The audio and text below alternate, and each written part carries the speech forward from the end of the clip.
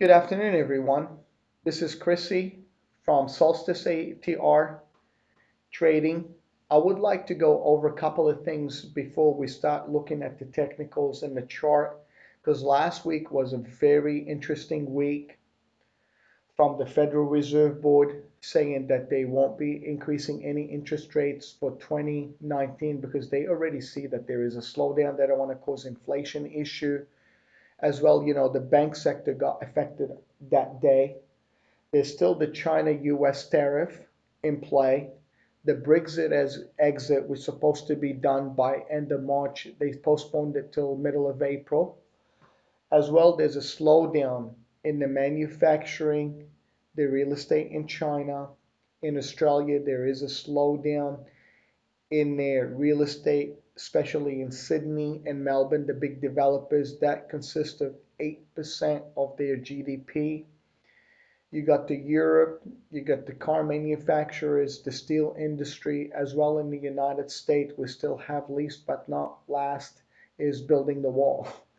So let's go over some stuff. I know I'm a little bit laughing about it due to the fact a couple of indicators were very bullish, couple were bearish. So I'm going to show the SPX, the Nasdaq, the Russell, and the Dow combination of the four. Last week, we started the week Monday, Tuesday, Wednesday down, Thursday up, Friday down day. That was a nice bullish engulfing candle on Thursday after the Wednesday announcement that the Feds are not going to do anything. The banks got started to head down that day. Then Thursday, we had a nice push back up. And if you notice the top high here on this candle, we kind of almost tapped into it here and we got a rejection on Friday. If there is going to be weakness in the combination of those four indices, are we going to head back to the 250 SMA or a little bit back to the 61.8, which is very critical, that 36,050? And I'm going to put a little oval marker here between the 116 SMA and the 50 SMA. That's a good marker right in here. We'll leave it there for next week. Let's start first of all with the strongest one, which is the NASDAQ, the NQ. NASDAQ was very strong that week. Let's just wait till it comes out. Plus a little bit slow. Okay, here we go. We had the NASDAQ really push high in this up channel. We had Monday, Tuesday, Wednesday, Thursday wasn't even in effect. Thursday took off very sharp. And Friday we had a sell-off, especially in the large cap sector, technology companies. So what I see actually here is a little bit of a deviation from an up move Thursday and a Friday down move. Is there something telling me, hey, something's wrong coming up in the market? Are we going to reset back to the backside of this channel, the 50, the 18 SMA, break through it, and come back to the 50 SMA? So I put two markers here for us to look at for next week. Let's take a look at the S&P 500, mini S&P. The mini S&P was, coming up, Monday, Tuesday, Wednesday. The announcement came in from Fed, pushed up. We're thinking of putting over that week above, and unfortunately, Friday we sold off. If we cannot clear 2840 area, 2835, there's going to be a tell because we are basically touching the 18 simple moving average. The 20 would be a little bit lower, below the 2800 area. That area is going to be very critical. If we cannot hold it, 200 SMA and the 50 backside of this small channel. If I draw a channel from here connecting it to this, we already broke through it. So if the Nasdaq is a little stronger and the S&P loses the 18 SMA and the 20, I would look for the backside of this channel, the 2755 to the 50 SMA 2735 if there's weakness in the market. Let's take a look at the Dow, YM. YM couldn't get above those two areas. It was coming up on Monday, Wednesday down. Tuesday was up and down day. Wednesday was a down day. Thursday was an update, and we had an engulfing candle, lost the 18 SMA. We're coming back to the backside of this channel. I got a white box because the advanced decline line, ADX, DMI crossing a snaking together. The 50 SMA is going to be very critical in this channel to hold. If it does not hold, I would look at the 61.8 fib first, and the second one would be the 50% move, 38% from the high and low of this last move here, which I would think it should be in this area. The backside of this channel would be a nice bounce back up. Let's take a look at the Russell. The RTY was the weakest that week. It was the weakest that week. We talked about it last week in the video. We were looking to say, hey, the Russell's coming back from the living. On Thursday, we had a down day Wednesday. Thursday was a nice back up day. We had this down channel from here, couldn't get above it, and Friday sold double deviation. We lost the 50 SMA coming back to this backside of this channel. I don't think if there's weakness in the 116 SMA, cannot hold it, this backside channel and the 50 fib from the high and low, I would be thinking of the 38% fib and the backside of this area in order to get a small bounce back up in the Russell. And let's take a look at actually CL before I look at gold and the VIX. Oil sector on Friday sold a little bit off because, you know, we went above the 50 SMA, looked above, and I wanted to come back to the 200 SMA. We sold off. We're holding the 18 simple moving average. If the oil holds the 58 area, 57.92, can create a little shoulder and continue. I would like still to see oil up in this backside of this prior channel and the 200 SMA. If we lose it, look for the 50, 38% fib, the 53 area, 75 for another bounce. Let's take a look at GC. This is the fear gauge. When I start looking at the fear gauge, I was looking actually for the 1662, 1668, and the 1245 area, 1250. Unfortunately, we U-turned at the 1280 area, chugged up, came back down, chugging along. Thursday was an inside day. Friday was an up day. We're still in this down channel. Keep an eye on this down. This down channel is actually wrong. Let's just fix it. Oops. Remove drawing. I'm going to grab this wick here. Let's go create a channel instead of an oval.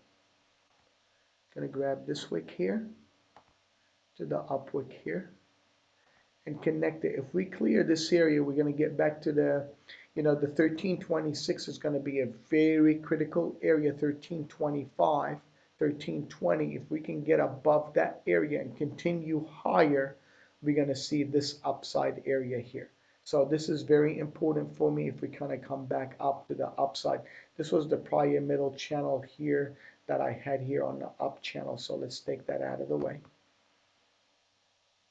Remove drawing because we are in an open combat in a down channel. If we clear this area, we're going up here. If not, we can come back still to the 116 and the 50 fib, which is on the daily chart. Let's take a look at the VX, the future slash VX.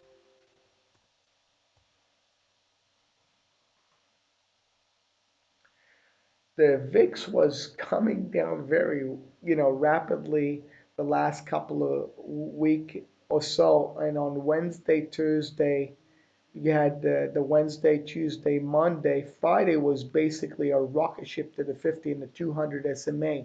If it's going to stay above the 1580 area in the VIX, I think there's going to be a problem for the equity sector, especially large cap technology and bank sector. We can come back and chug along all the way to this oval. If there's going to be strength in coming back and they saying, you know what, everything is nice and dandy, and the tariff comes out clean and the Brexit exit, this thing can head back below that 1580 area, look to the backside of this area here where there's support, because eventually it'll consolidate and come back up. But if there's fear and we hold the 18 and we can hold the 1580 area, we can continue to the upside, which is the first oval here, and the second one is the 50% fib, which is the middle of this range consolidation, where you have most consolidation up at that 50% fib. Let's take a look at a couple of equities and we'll just call it a day. AAPL. Apple did very well last week, but unfortunately on Friday sold off. It hit my oval area and the upside of this channel.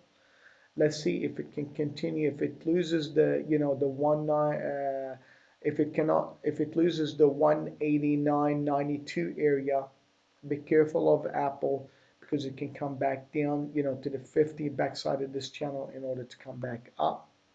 Let's take a look at FB. I know a lot of people traded Facebook to the downside last week, and it finally came back up. On Friday, it didn't sell off as hard as you expected it to sell. I still have this oval back up here, but if the market's going to get weak and we lose, we lost the 18 SMA, it looked above it, came back down, it tried to tap it a couple of times, we missed it. If it cannot clear that area, the 167 area, to continue back up, and we lose this area, it can come back to the 50 and eventually the backside of the 116 SMA. Let's take a look at the Google. Google L had a nice, Tuesday, Wednesday, Thursday, eventually Friday. Part of the gain is just holding. If it can hold at 1200, 1198, it can be okay. But if it loses it, be careful backside of the 18 SMA, backside of this channel first, okay? Let's take a look at Tesla, Netflix first, NFLX. Netflix was heading up Thursday, Wednesday, Friday, came back into the 18 SMA. This is kind of giving me questioning this area, that 358 area, 359, because it's underneath the 360. If this is lost, look for the backside of this small channel. We have one up here because we already lost it. We can probably head to the 200 SMA, in the backside of the 328, 325 area would be a nice area for buying Netflix. I'll put a marker there. Let's just put it between here, 320 and the 330 area. Let's take a look at Tesla, my favorite. Tesla is my favorite company. I mean, Elon is a great guy, don't get me wrong. I do have things about Tesla that I don't like, but that's okay. Let's take a look at the weekly first. We had marked this area here. It is hard to borrow. If you did some options, since we lost this channel, I said, hey, keep an eye on this channel heading down. If it cannot hold the 300 area, the 288, 290, look for the 275. And eventually we knock once, twice, 3 times, 4 times, 5 times. That door will open. Where's my green box? Down here. Can we get to this oval? Possible, but first we have to take a look at, this is the middle of the channel. Remember, we have a channel up here which I don't have marked. Let's just mark it to show you where it can be at, so you guys can get a better feel of it. We grab this top here to this top here. We're already underneath it, so even if I try to make it more even like this, we're already underneath. In order to clear, you need to clear the 285 to continue higher. If not, I am seeing actually Tesla heading to the lower section of this area, because you have this channel. Let's just leave it there. If I do another one from here, let's call this 1, 2, 3, 4 deviations, that we are at the midpoint range of this area. If this is lost, I think the first area would be here, the 123, the 2, I mean, I hate to say 250 is possible, very easy to touch. I like this area here, the 214 to the 200 area for the big buy in Tesla. Right now, Tesla is in a very critical weekly up channel, holding this one, holding this one, and holding this one. Be careful of Tesla if it cannot clear the 285 back to the downside to here. So let's take one more wrap up on the mini Fortune 500 company. This is the weekly. We're having hanging man. If we cannot clear 335 area, Next week, it's going to be to the bearish side. I already have an oval here on the weekly chart, and we have one up the top. We got close enough to the upside where that candle lost it. You know, I had an oval here. You can see it. Let's go to the daily chart. Let's take a look at it. Daily. Remember, the 28.35 is very critical for me for the bull scenario. We did not clear this area here, that candle that took us down. We came back Thursday, we had a nice engulf, and then on Friday we had an engulfing candle holding the 18. Since the S&P is weaker, we cannot continue. Watch for the 50 SMA, it'll drag the NASDAQ with it. The Russell is the weak link. Can we finish this channel here? Yes, we can get to the 200 SMA and the 50. Look for a small bounce. If it doesn't hold, we will look for the 27.25 area, 27.12 area would be a nice critical buy point for a first bounce, then come back up again for a partial move up.